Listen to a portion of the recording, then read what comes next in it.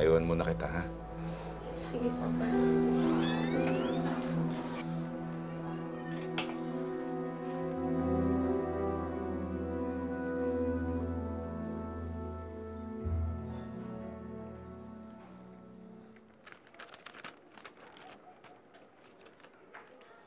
Anak ko,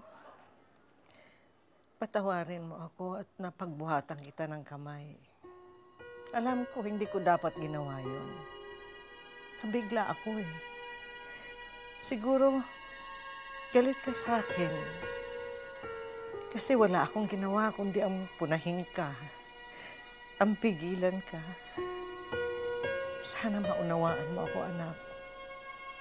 Isang ina lang ako na nangangamba para sa kanyang anak. Gusto ko kasing ituwid ang buhay mo habang nandito pa ako, anak. Habang kaya pa kitang subaybayan. Alam ng Diyos kung gaano kita kamahal.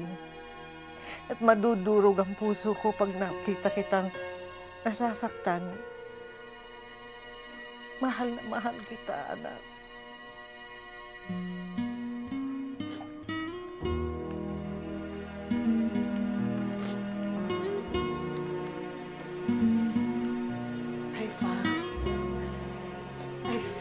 Ma.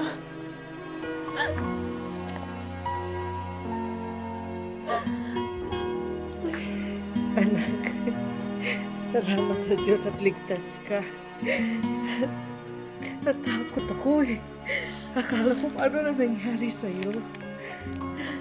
Ma, patawarin niyo po ako, Kasi po, naging sutil po ako sa inyo.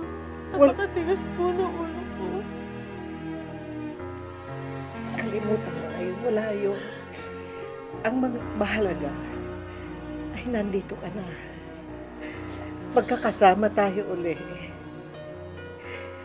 Hindi na tayo magkakahiwalay pa.